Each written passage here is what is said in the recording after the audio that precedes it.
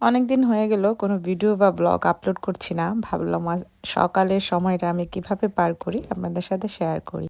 আসসালামু আলাইকুম, welcome back to my channel. আশা করি সবাই ভালো আছেন। আমিও আলহামদুলিল্লাহ আল্লাহর অশেষ রহমতে অনেক অনেক ভালো আছি। যেহেতু সকালের ব্লগটা শেয়ার করব, তো ভাবলাম সকাল থেকে আমি কি কি করি সেটা আপনাদের সাথে শেয়ার করি। প্রথমেই বাচ্চাদের স্কুলে দিয়ে আসি, তারপর হচ্ছে আমি একটু হাঁটতে বের হই যদি ওয়েদারটা ভালো থাকে, তার উপর ডিপেন্ড করে। আর আজকের ওয়েদারটা মাশাল্লাহ এত সুন্দর ছিল, ভাবলাম একটু হেঁটে আসি। এটা শরীরের জন্য খুব ভালো, মাঝে মধ্যে মনটাও ভালো হয়ে যায়, কারণ এখানের ওয়েদার সচরাচর ভালো থাকে না। হাঁটা শেষ করে এসে বাসায় চলে আসি। বাসায় আসার পর ভাবলাম একটা ভালো খুব সুন্দরভাবে নাস্তা করি, যাতে পেটটা অনেকটা সময় ভরা থাকে। যেহেতু আপনাদের ভাইয়েরও ছুটি, ভাবলাম একসাথে দুইজন আজকে একটু ব্রিটিশ নাস্তা করি। আর ব্রিটিশ নাস্তাটা মাঝে মাঝে আমার করা হয়, কারণ হচ্ছে আমার হাজবেন্ডেরও খুব পছন্দ, সেই কারণে। তো এখানে আমাদের দুজনের জন্য দুটা ডিম পোস্ট করে নিচ্ছিলাম। আমার কাছে ডিম পোস্টটা যতটা বেশি একটু কাঁচা থাকে ভালো লাগে, তো সেই কারণে হচ্ছে একটু অল্প ভেজে নিচ্ছিলাম। আর এখানে হচ্ছে দুটা বড় সাইজের হচ্ছে সসেস ভেজে নিচ্ছিলাম। এটা হচ্ছে চিকেন সসেজ, এগুলো রেডিমেডই পাওয়া যায়। আসলে যেহেতু বাইরে থাকি, এত বানানোর ঝামেলার মধ্যে হয়তো অনেকটা সময় যায় না ব্যস্ততার কারণে।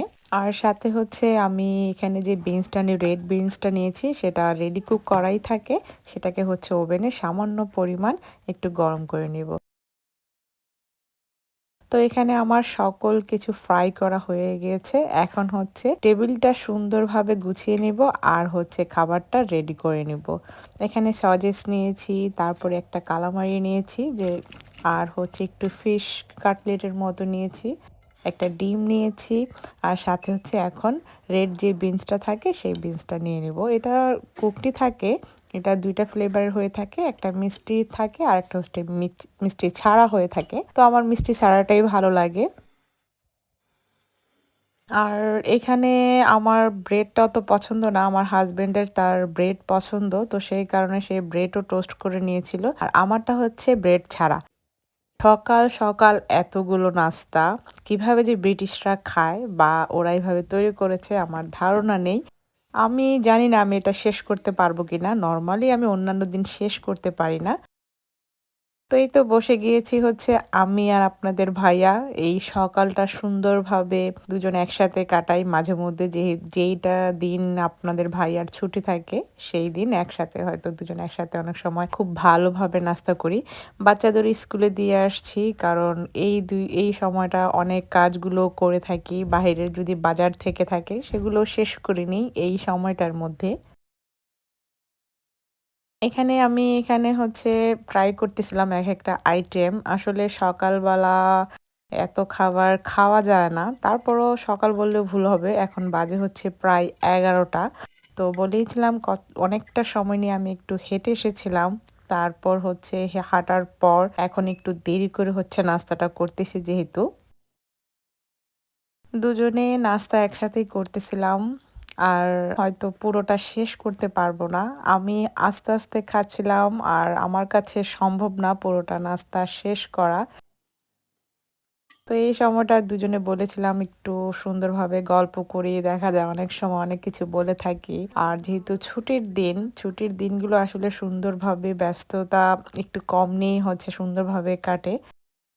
নাস্তা করার পর এখানে কফি নিব, কারণ কফি নিলে সারাটা দিন মনে হয় একদম চাঙ্গা হয়ে যায়।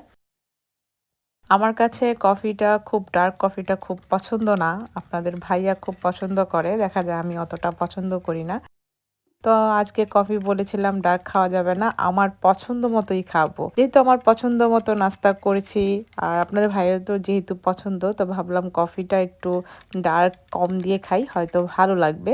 তো এখানে কফিটা বানিয়ে নিয়েছি, আর আপনাদের ভাইয়াকেও তার কফিটা দিয়ে দিয়েছিলাম। আর বাহিরের পরিবেশটা এত সুন্দর ছিল, আমার ইচ্ছে করছিল না যে টেবিলের মধ্যে বসে কফিটা খাই।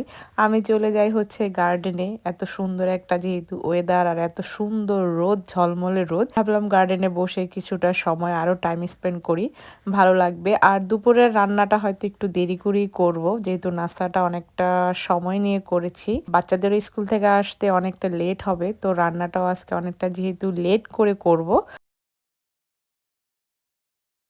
তো গার্ডেনে বসে সুন্দর করে রিল্যাক্সে হচ্ছে কফিটা খেয়ে নিচ্ছি আর হচ্ছে পরিবেশটাকে এনজয় করছি। ভালো লাগে এই সকালের সময়টা নিজের মতো করে সুন্দরভাবে কিছুটা সময় কাটানো হয়।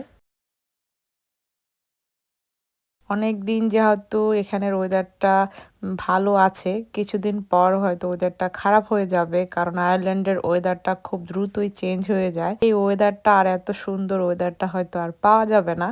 নর্মালি দেখা যায় এখানে খুবই বেশিরভাগ সময় ওয়েদার খুবই খারাপ থাকে, কিছু করার থাকে না, এটা ওয়েদার তো আর চেঞ্জ করা সম্ভব না। তো এই তো কফিটাও আমার প্রায় শেষের দিকে।